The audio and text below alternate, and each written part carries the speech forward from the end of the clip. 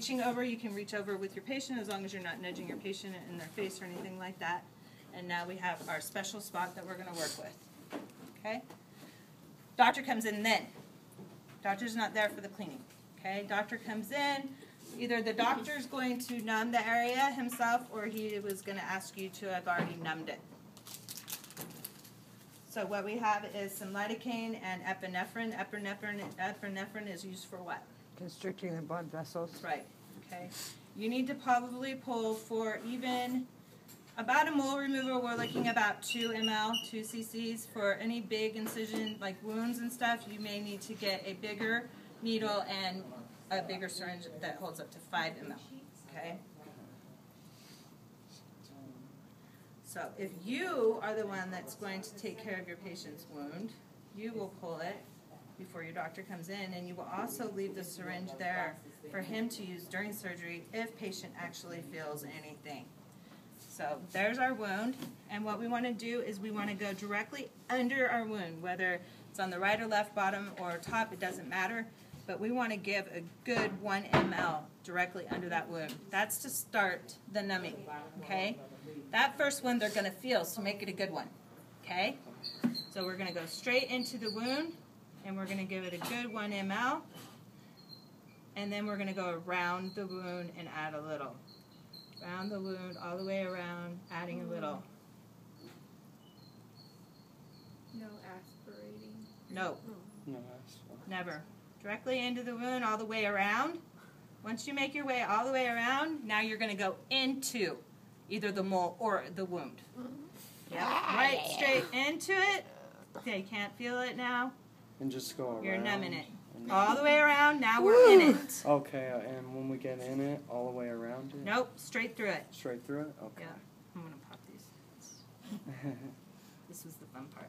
Okay, you wouldn't close this. You would lay it on the non-sterile table for your doctor. You wouldn't lock it. We would scoop and have it prepared because if the patient felt anything during the surgery, we can do it again. But it's already numb enough to go into the wound after you've just been around it? Yeah, it takes off some of the edge. Okay. That's why I said make it a good one. Okay? And that's how I would do a mole removal or a wound removal, by numbing it. Straight in, under, either top, bottom, or side, and then all the way around, and then in it. Whether it's a mole right straight into it or a wound all the way across. Okay? So doctor comes in, it's numb, we let doctor know. The first thing we're going to do is give him some iodine. And doctor's going to clean the area that he's working on. He's going to grab his scalpel, either a disposable one or his special one that is a special handle with his name on it, with the blade that you've left here for him. Okay? You would have a specimen container if you are working with moles or any lesions that are being removed. So when he does go to do the cut, he'll do the cut, and then he'll grab it, and then you'll put it into a specimen container if needed. If it is a wound, and he wants to get a wound collection, a specimen collection, we use these little guys. And he just goes right into the wound and rubs it in there, and then hands it back to us like this. We take it, push it down in there, squish it a minimum of 10 times. Label it, send it off to the lab, make sure it's documented that we did do a wound collection of the right side, right thigh of Mrs. Jones. Okay? Do you label it right now before you lay it back down, or No. you can lay it back down? If you and have then more before than you one exit? site, then you would get them labeled as you're doing them. If you only have one, You can wait until you. I can wait till I'm done. Okay. If you might forget where it was collected, you shouldn't if you're only working with one site. Okay? And then, what is that for to collect the wound? We're What does that checking. do? He could be checking for staph, strep, anything. Okay, Any kind of any type bacterial of growth. infection? Mhm. Okay. or Even bacteria. fungus, mold, parasites, anything. Oh, okay. Okay. All right. Okay, so from there, he's got his specimen for a wound. Now he starts his incision. This we would have already poured our solution in by palming it 2 to 6 inches. He may use the sponge forceps to actually sponge gauze and wipe the area right before he cuts again. Okay, they keep it very clean. They cut If they're removing anything, they're going to use their tissue forceps. They're going to grab it.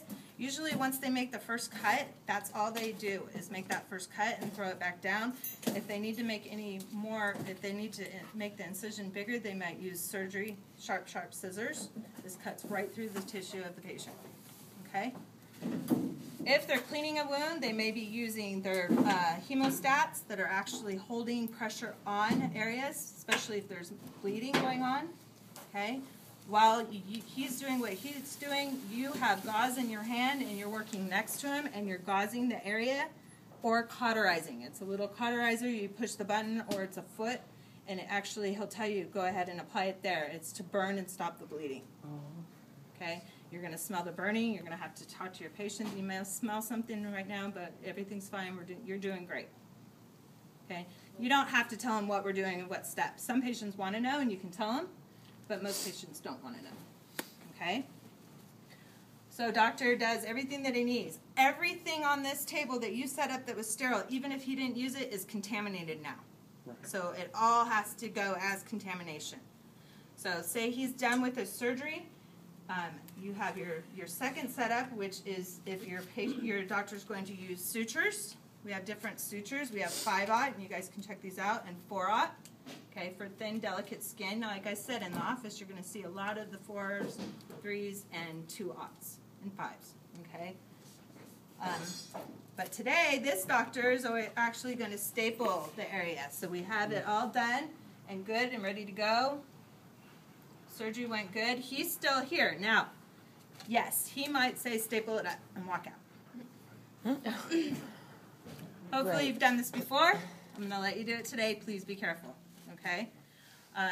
Suturing, he would suture. You need to make sure that you're doing a count with him, and you get a count and you get it documented, because when it's time to take those out, we need to document them, just like the staples. However many staples go in, we have to count them out. However many sutures go in, we have to count them out. Adhesive closures are a little different. They don't tend to last until the patient comes back for a recheck. They're lifting, they're pulling, they're taking them off themselves. Okay? So however they close the wound, whether it's suturing, stapling, or adhesive bandage, you're pretty much there unless he has you do it. The only thing for sure I know he'll do is suturing. They might train you and show you how to do it. I would never do it on my own, not even me. Okay? Just for your information. So we just have a little wound. He just applies a little bit of pressure and closes up that little wound. Just took 3 little ones, okay? He's done. He leaves. Okay? This is all yours, but you still have your patient. Do we take care of this first, or do we take care of our patient? Your patient. Okay. We want to take care of our patient. The first thing we're going to do is grab another iodine. We're actually going to clean the area.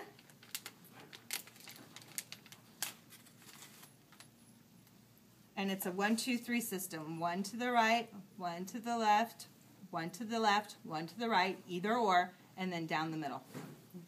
Okay?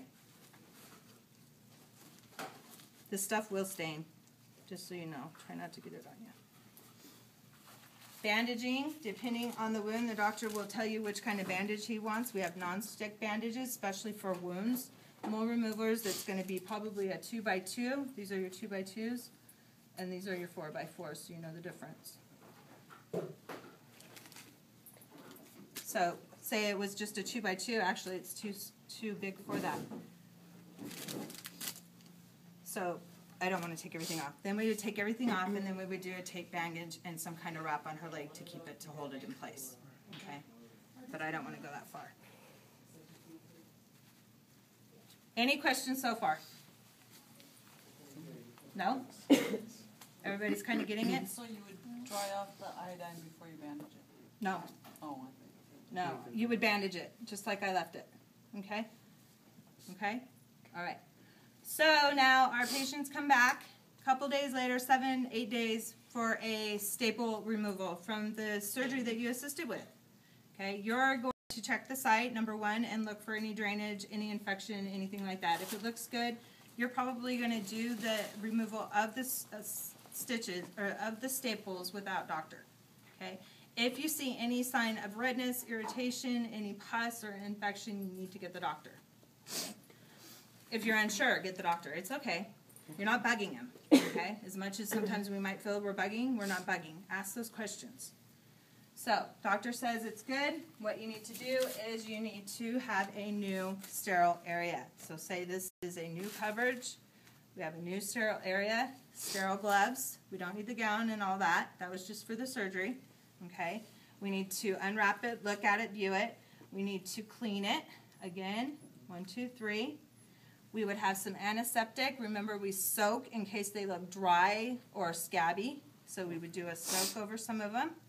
And then some offices have pre-packed staple removers, okay?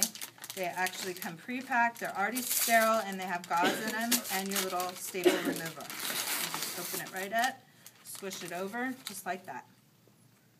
That gauze is going to be for aftercare to wrap it back up when you leave them. Okay, so it's soaked a little bit, it's nice and clean. You just go right under your little staple and just squeeze just a little, no lifting up. Would we numb the area before we take the Nope. staples out? Nope. Nope. No. they Counting do not. your staples, you might need some kind of forceps to grab them. Remember, they've been in your patient, so there's bodily fluids on them, and they're sharp, so they could get us, right? Yes. Put them on gauze because they don't tend to fall off the gauze. So I had 3 in, and it looks like we have 3 out. No sign of infection. Everything looks good. Oh, is that one tender? I'm almost done. Just give me 1 more second. Ooh, they do hurt coming Yeah, out it's too. working. Did they staple you when you had your cesarean? Yes. Yeah. Yep. Okay, then we get, these come usually with 2 or 3. We get another cleaner. Yep, lots of cleaning of these. Clean our little site again, make sure it's nice and clean. Let it sit there for a minute. We have sterile gauze for our site. This is actually when you can remove your little fenestrated area and take care of wrapping and bandaging your patient. So we would clean with a separate cleaner every time, open a separate package, or You can do 3 swipes and then grab a new one. yeah, that's what I was so gonna say. So we wouldn't like do like we're doing now, like use the same one Yeah, for I use. one. Okay. Oh, did I grab the second one? I grabbed 2. Well, no, I was just curious as to whether we could. We're not supposed to. We're supposed to use the one for cleaning, then throw that away. Then the next time we Yeah, do it, and there's another actually one. 3, so you have enough for even bigger wounds. Okay. So there's plenty, and if you need more packs, you can grab more packs. Some doctors don't even have the swabs; they'll have the antiseptic that you pour into your solution, and you do a gauze wipe. Make sure it's soaked. Make sure that you soak anything, sutures, staples before you remove them. Okay, and there is no numbing when it comes to these. Okay. Any other questions? None? No. No? Okay. Okay, so what we're going to do, we're going to have a few of you start. What we're going to do is greet our patient. We've already done vitals.